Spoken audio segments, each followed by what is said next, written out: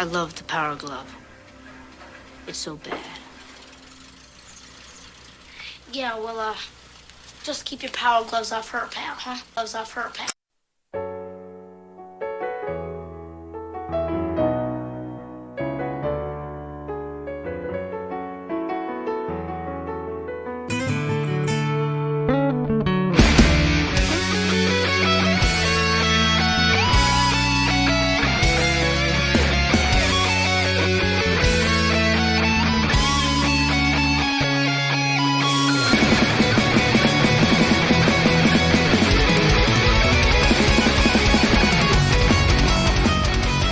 Hello. Welcome to the first edition of the Power Glove podcast. This is my $1 and up Patreon podcast where I talk about video games. Because, as you know, I was raised off of VCR and a Nintendo Entertainment System, my passions for both still remain. I just try to limit on the secondary because not everyone is into them, even though apparently it is surpassed in volume of dollars spent by the average American per year. Still, it's got a stigma. No one wants to date a dude that plays video games for 5 hours every single day. So, limit it to one. And anyway, so yeah, this is going to be on the free feed and only this one. So if you like it, cough up $1 a month, man. It's not expensive. And speaking of the Patreon, this episode is brought to you by H1N1 Zombies and Nick Neo. Both great people. And, yeah, I mean, they're paying for it, right? But actually, no, I actually have a real relationship with H1N1 Zombies. The dude's a mensch. Known him for years. But he actually joined the Patreon because he likes the product, not just because he knows me and owes me $20. So today, I thought episode 1 might as well talk about probably the game with the most awards than any other video game that ever has been released. I think it's celebrating its 12th birthday, and that would be Skyrim.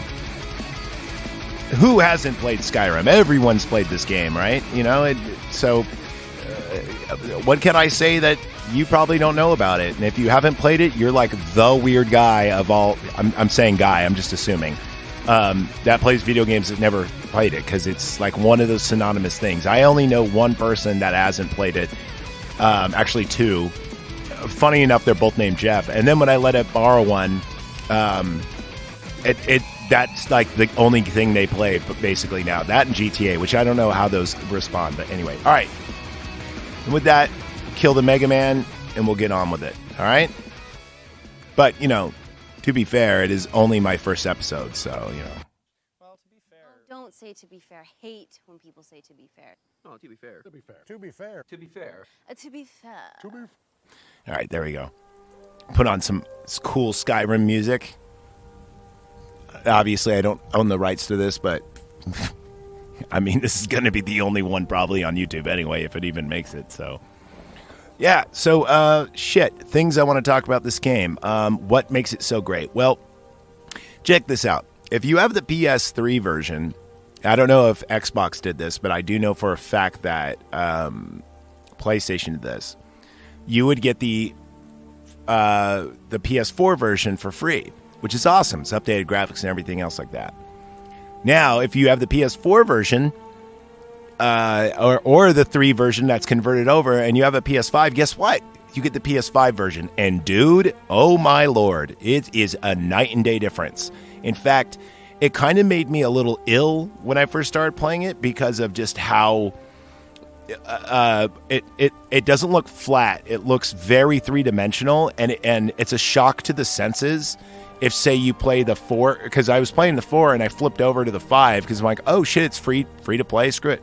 It keeps all your saves and everything else, but damn, does it make a difference. I mean, as we all know in that game, there's times we were walking around and you're like, whoa, this is just so fucking gorgeous, you know? And a lot of the game, too, is if unless you're a grinder, the great thing about the game is you could spend hours upon hours upon hours just like wandering around, especially with the DLCs, which are free, by the way, and just exploring things. And this really brings it to a new level of just immersiveness. Now, if you're probably like me, you probably made more than one character and haven't even explored everything. I'm guilty of this. I had this game at about a couple of months after launch. Jonathan Fallon of Vodcast AF talked me into getting it. He's like, dude, you would love this game. It's great. Well, he doesn't sound like that, but he sounds something like that. And so I played every type. I think my first character I got the farthest from and actually beat it because, for a while I had this game for about a year and didn't even beat the game. I was just exploring. And I played like a elf stealth assassin, which is probably a lot of people's favorite build. It is really fun. But then I put it down, and then when I got a PS4, and I was like, all right, I'm gonna play this again, I decided just to kind of go with the story and base the character off the story. So I played as a Nord fighter, heavy armor, sword, shield, that kind of thing. Actually, axe. And I do recommend if you haven't played this game, do it that way because it is the easiest build to play through. It's just being a tank with a shield, especially. And you could rush through that game. You could beat the main story very quick, like a lot quicker than you think if you just start the game and just play it.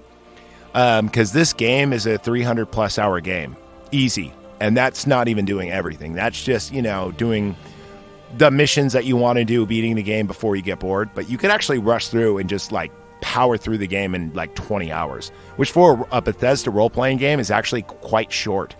But it's only if you know what you're doing. And then now picking it up again on PS5, I'm like, you know what? I'm always a good guy or a good guy that's kind of sneaky, stealthy. Fuck it. I'm going to play a goddamn vampire, and I'm going to kill every single person in the game. And I'm currently working on that. And it's a blast playing a villain. I don't recommend starting out that way because it is a lot harder. People won't sell to you. Guards will constantly be chasing you.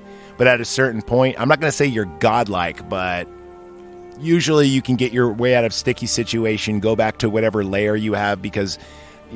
I'll get to that in a second, and then just kind of hide out and do whatever. Now, if you haven't played the game in a while, let me convince you to pick it back up, especially now that it's nearly free. First, community creations. So even if you played this game, I said before, there is sanctioned creations like new horses, new armor, new spells, new weapons, new everything, and each one of these usually has a mission to tie to it, right?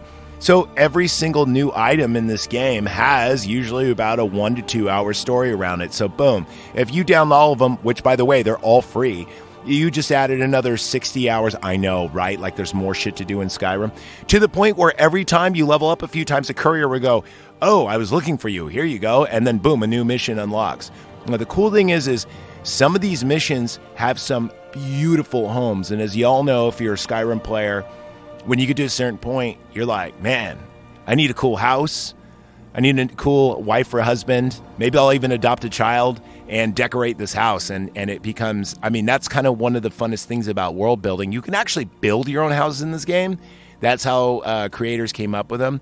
I've never fucked around with it because the ones they build are just so great. They're not possible to tap. Now, the ones that I've discovered there's 3 of them. There's a really cool Vikings-like home on the western side of the map, and that mission's called a Warrior's Challenge. That one's really dope because you get it really early in the game. So if you're a tank, you could go ahead and get your own spot really quick. With Alchemy Lab, enchanters, full on everything to Smith Station, all that good stuff. And all you got to do is kill one person. And it's not even that hard. If you save up your potions, boom, level 12, dude, you got your own spot. Then you can go down to Riften, get married, boom. Then you have your own shop. Not even a point to go anywhere, right? The second one, which is a lot harder to get, but this is where my heal character is living right now. It's really cool. I forgot what it's called, but it's on the northern part of the map next to the Shrine of Azura. Isn't it sad? I know all these locations. But it's the mission's called A Guest for Dinner, where someone is bequeaths. It's a really actually cool story.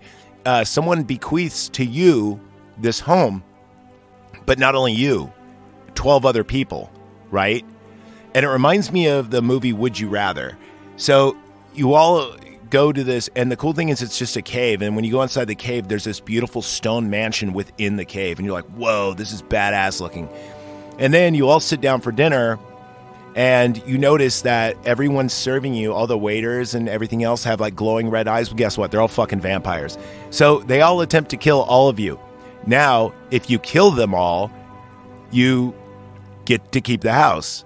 And if there are any survivors, which there's probably not going to be, they'll just say, I'm indebted to you. Thanks for saving my life. And you go, fuck you. The house is mine anyway. So they're like, whatever.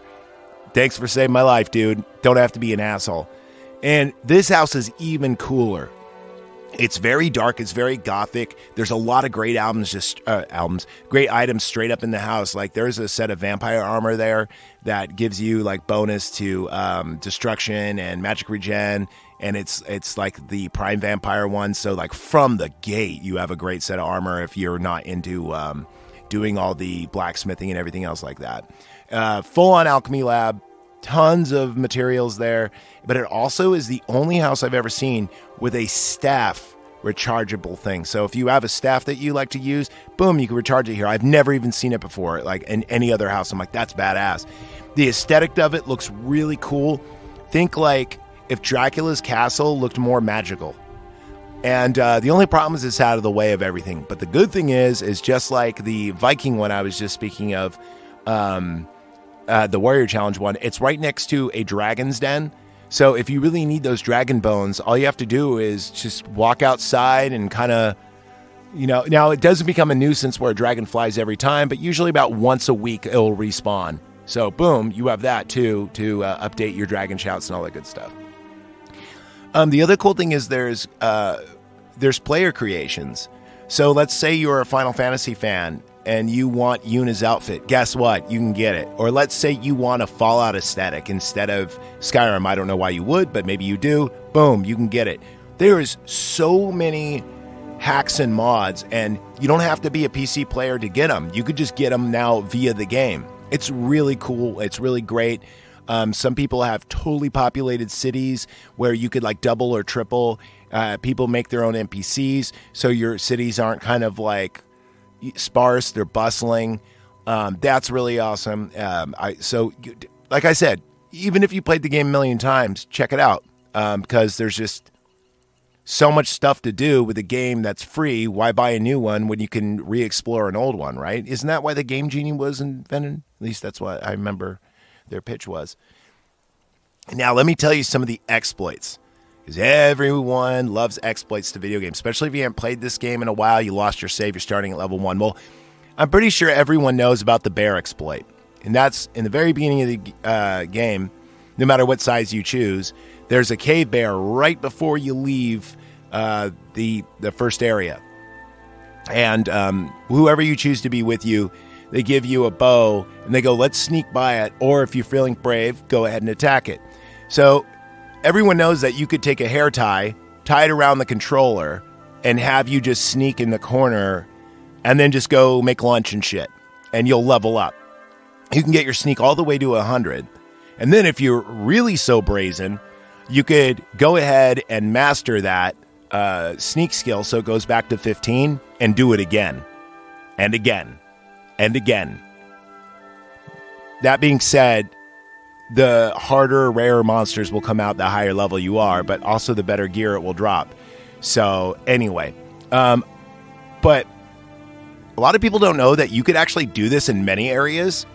So in Whiterun, which is the center city, it's kind of the main city. You have to kind of start there. It starts the main quest, but a lot of people choose to go there because all the vendors and stuff are right by each other, and there's 3 blacksmiths instead of just 1 or 2. Anyway, but it's all in a centralized area, so you could actually do your shopping like really quickly. Whereas, say, if you're in like Rivendell or whatever, it's like it's really hard to get all that shit done, and you're just so familiar with it too. Anyway, I digress. There is a really cool exploit you can do here. Well, first off, you can do the sneaking exploit. All you do is go in the Jarl's castle, and there's 2 bookshelves right next to each other. Now, a lot of people go and sit and have dinner there all the time. Plus, you have the Jarl and his guards there. So when you sneak there, you get more points because there's more people walking around. So yeah, it takes a minute, but you level up so much faster than that stupid bear thing. So fuck the bear thing. Do this instead. Another exploit you could do in Whiterun. Everyone knows about the iron daggers, right? Where you just get iron and leather and make iron daggers. No, don't do that. That takes way too long. Of course, make iron daggers, yes, but you want to buy steel instead. Because once you get steel smithing, you could make iron arrows. And there's a place to cut wood there. So don't throw away that wood cutting axe. Keep it. Here's why. Steel arrows, making them give you a totally better level up progress. Also, they sell for more. Now, whatever you choose to do, say if you go to Dwarven or Elven or whatever path you want to do on Armory, guess what? You could also make those and all you need is wood. You don't have to worry about leather anymore. And like I said, it takes a lot quicker. Now, if you still do all the stupid daggers, the next exploit is for you. Go and do the Shrine of Azura. I think it's called the Black Star Quest. Go do that as soon as you get anything of soul sucking. Because you could just do that over and over and over again and just keep making those daggers. And if you get those daggers, you could enchant them and it levels up your enchanting so quick. It's the first thing you could max out in the game. And go ahead and do that, right? Now, if you already done that with your stealth, you already did that with that, and you're working on your blacksmith, cash in one of those, meaning restart them over. I recommend stealth. And put all that shit into alchemy. You could make potions. One of my characters makes potions that are $4,000.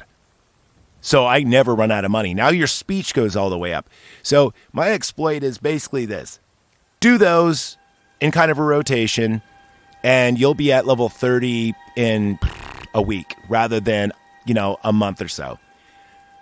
Now, if you didn't know this and you run out of money, like, Zach, where are you getting all the money for this? Aha, that's a great question. I'll tell you how. There is a secret chest under Yorlin Greymane in Whiterun. What? No, there's not. Yeah, there is. By the Gilder Green Tree, right? If you walk west by northwest, there is a building there. I don't know whose it is. I think it actually is his place. And there's a bush right by there. Now, if you can't exactly find it from my description, there's tons of things on the internet to find it. But just trust me, if you walk around this building, there's a bush, and if you just stand there, you'll fall underneath the map, and you're like, "What the fuck?" It's and you think at first it's a glitch, but I guarantee it's a programmer's nod. At least this is my belief to Mario 3, because in the beginning of Mario 3, if you duck down at a certain spot, you'll go behind the map. Anyway. When you fall down behind the map, you're like, shit, do I reload my game? Don't. What you want to do is you want to walk exactly west. You'll see a little ramp underneath the map, and it leads to a waterfall. Hug that waterfall, go totally around the city, and then you'll see Dragon's Reach. Right in between Dragon's Reach, where Yorlin Greymane's little forges, there's rocks. You could walk through those rocks and you see a chest. I'm not even bullshitting you. That's just hovering there, just magically. This chest refills every 48 hours. It has about 2,500 gold in it, plus whatever character level you are. It has gear appropriated to that. So if one were so inclined, you could make 4,000 gold at level 1 every 48 hours, and the more you do it, I mean per 48 hours, right? Because you just sell back your stuff. When you get in higher levels, even more. Well, I don't mean level 1, more like level 10 to 20. And then you start getting really good gear, like you can get Skyforge steel gear, you can get elven gear, later on orc gear and all that. You get the idea. All the way up to glass and ebony. Yeah, so those are my exploits. If you want to play the game again, go check it out. Let's see. Another thing about this game that makes it so cool is who you side with. And a lot of people think it doesn't matter. It actually does. Last time I did, I sided with the dragons. I sided with the Dawn Guard. And I sided with the Stormcloaks. And this time I'm going to do the opposite. I'm going to go Imperial. And I'm going to side with the vampires themselves. And I'm also going to side with the Blades. So we'll see. I mean, either way, it's fun. I am an achievement whore. So I really like getting those achievements. So we'll kind of see how it works out. But yeah, anyway, so that's my little episode on Skyrim and video games in general. It's my first episode. I didn't really know how to do this. I thought they'd be kind of a little shorter than a movie because there's so much to talk about. If I was to actually walk through, this could be a weekly podcast, and I didn't really feel like doing that. And yeah, there you go. I think my next one is going to be on the Resident Evil 4 remake that I really dug. But don't worry, I'm going to do some retro games too, or at least games that are based off retro games. Like, for instance, the other game I'm playing right now is... the only other games I'm playing right now are the new WWE games, and they're kind of all the same, but I still want to talk about them. But more importantly, Octopath Traveler Part 2. Oh, fuck, man. The Octopath Traveler series is so good. The music, the visuals. It's a throwback to, like, the early Final Fantasy, say, Final Fantasy 4, Final Fantasy 6, but with really updated graphics, great side. I'll get into it when I get into it. All right, so if you like this, remember, our Patreon's only $1. You'll be 4 episodes ahead. You could use it on the Patreon app, which is super easy to use. And I like it a lot better than any of my other players. And of course, there's no like commercials or anything they insert. And yeah, everyone you follow, boom, you know, I would say follow other people too, but follow me first because I'm only $1, and usually most of them are $3 to $5. So what's $1 to you? It's $12 a month. Jesus Christ. Anyway, thanks for listening to. Thanks for listening to the Power Glove Podcast, a subsidiary of the Knife Party Podcast. And with that, I think I need to return some video games to Big Burger Video. Wait, yeah, there you go. I don't know. I haven't thought of a tagline yet. I do know I'm too old for hard mode, though. All right. Good night, everybody. Love you.